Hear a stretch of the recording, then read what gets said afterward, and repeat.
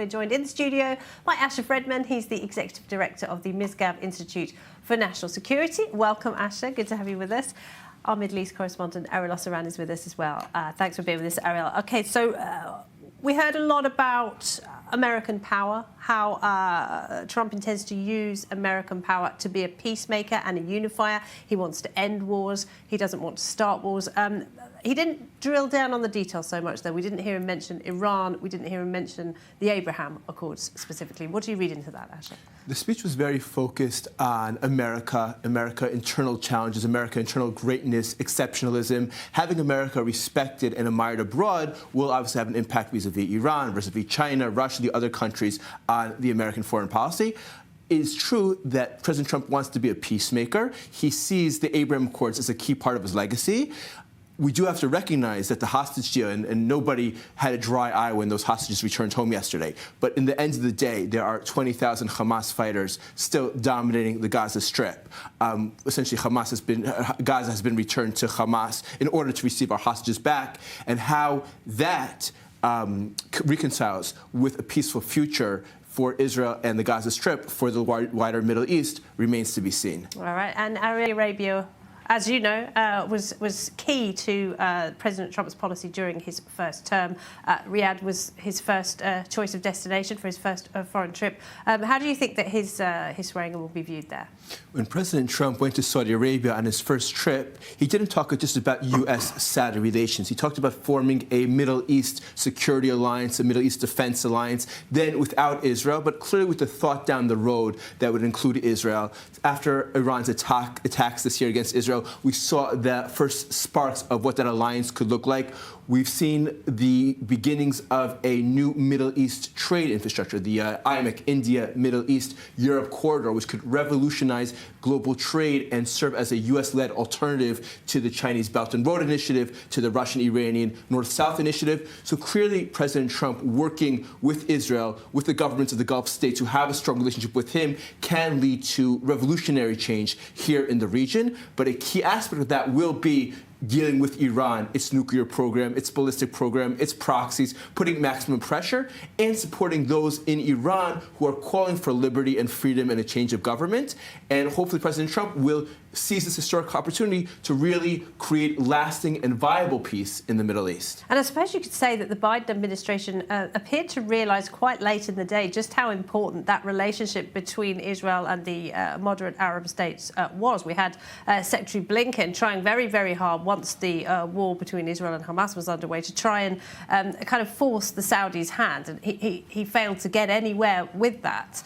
He waited too long, and also the Biden administration sought to reverse the main accomplishment, or one of the main accomplishments of the Abraham Accords, which was creating real peace without a Palestinian veto. Right? President Trump says to the Palestinians, we're moving forward with peace. You can be part of it. You cannot be part of it. You no longer have a veto. And Biden and Blinken tried to say, no, let's go back to the old way of thinking. Let's make everything dependent on the Palestinians. And that is the reason why President Trump finished office with 4 peace agreements, and President Biden finishes office with 0.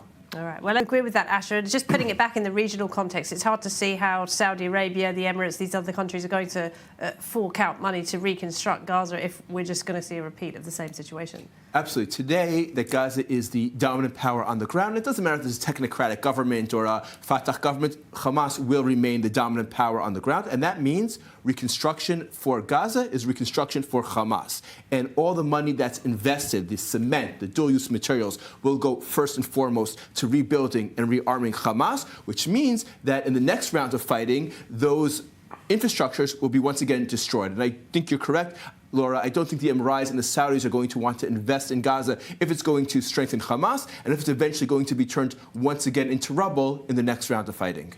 Israel, I believe, has learned its lesson, and at least the Prime Minister, I can't speak for all of the intelligence and security agencies, but the Prime Minister understands that Qatar is a negative actor, so we won't allow it to just pour money into Hamas. President Trump, who sees the Abraham Accords as its legacy, but also Qatar as an ally, will have to face the reality that Qatar is spreading anti-normalization, pro-terror, anti-Semitic incitement via its Al Jazeera channel. And I would hope that the Trump administration will say to Qatar, you are either a major ally of the United States, or hosting the biggest innovation in the region, and actively undermining a key foreign policy objective of the president. Okay, all right, for now, thank you. Well, we have heard some talk about UNRWA, which of course is the United Nations Agency for the Palestinians, which Israel has provided evidence to show that members of UNRWA did take part in the October 7 attacks, and it's basically infiltrated with terrorists. Is there an expectation that Donald Trump will, as he did during his first term, cut off funding to that agency? That's right, Laura. UNRWA has not just been infiltrated by terror, but its main purpose is to perpetuate the Israeli-Palestinian conflict by promoting the myth of a mass return of Palestinians to Israel. Donald Trump understood its negative activity, its being a vast waste of U.S. taxpayer money, and ended funding for UNRWA. I expect that he will do that once again.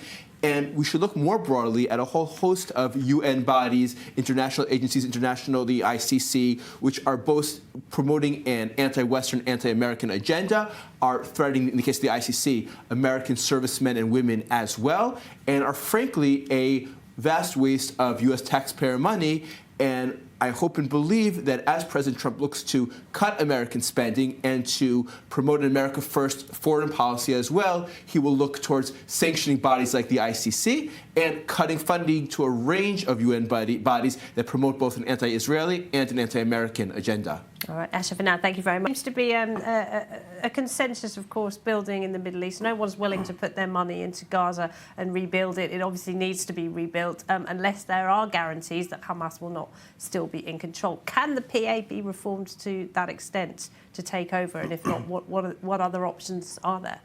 First of all, we should sound a word of warning that the worst-case scenario would be a technocratic government or some other form of government, but Hamas still being the main power on the ground. Like Lebanon, for example. Like Lebanon, because in that case, there would be pressure on Israel not to act against Hamas, to allow in all kinds of cement and electronics, and Hamas might not be cutting the garbage, but they would take all of that dual-use material and use it for their military purposes.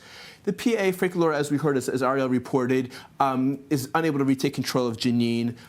They were kicked out. There was a recent Palestinian poll in September in a vote between Sinwar, when he was still alive, and Abbas. Of voters, Sinwar would have gotten 74% of the vote and Abbas only 24%. It seems unlikely that the PA, which is unable to exercise control in its backyard and is deeply unpopular, could take over Gaza. I personally believe that the best scenario would be if and when Israel does eliminate Hamas as the dominant power on the ground, you have a combination of local Gazan actors, powerful clans, powerful families that don't support Hamas, with the support of moderate Arab states, the UAE, Saudi Arabia, Egypt, and Western powers. And they, together with Israeli security control, could shape a better future for the Gaza Strip. So we haven't talked much about the Houthis, of course, who have kind of agreed to lay off the attacks for a while. So they say they will only target Israeli ships in the Red Sea rather than ships belonging to the rest of the world. I mean, what is your outlook for the Houthis? Do you think they're going to call it a day, or are they going to ramp up the attacks? The Houthis are like a teenager on TikTok. They just want attention. So I don't think that they'll be able to hold back for too long. But of course, it'll largely depend on Iran and their Iranian sponsor, and the degree to which an American maximum pressure campaign really also puts pressure on Iran's ability to continue funding its proxies. But President Trump comes in with a whole host of issues. You have the Houthis, you have Hamas retaking Gaza. You also have, for example, not only Qatar supporting Hamas, you have Turkey. Turkey's become perhaps the main financial hub of Hamas, and it's also a U.S. ally. And the question is America going to try to align all of its alliances in the region to achieve the goal that President Trump stated of achieving a lasting and viable peace? And that requires weakening Hamas and, of course, weakening Iran. Fredman and Ariel, thank you both very much indeed, and do stay with us on I24 News. Our live coverage continues. Good night.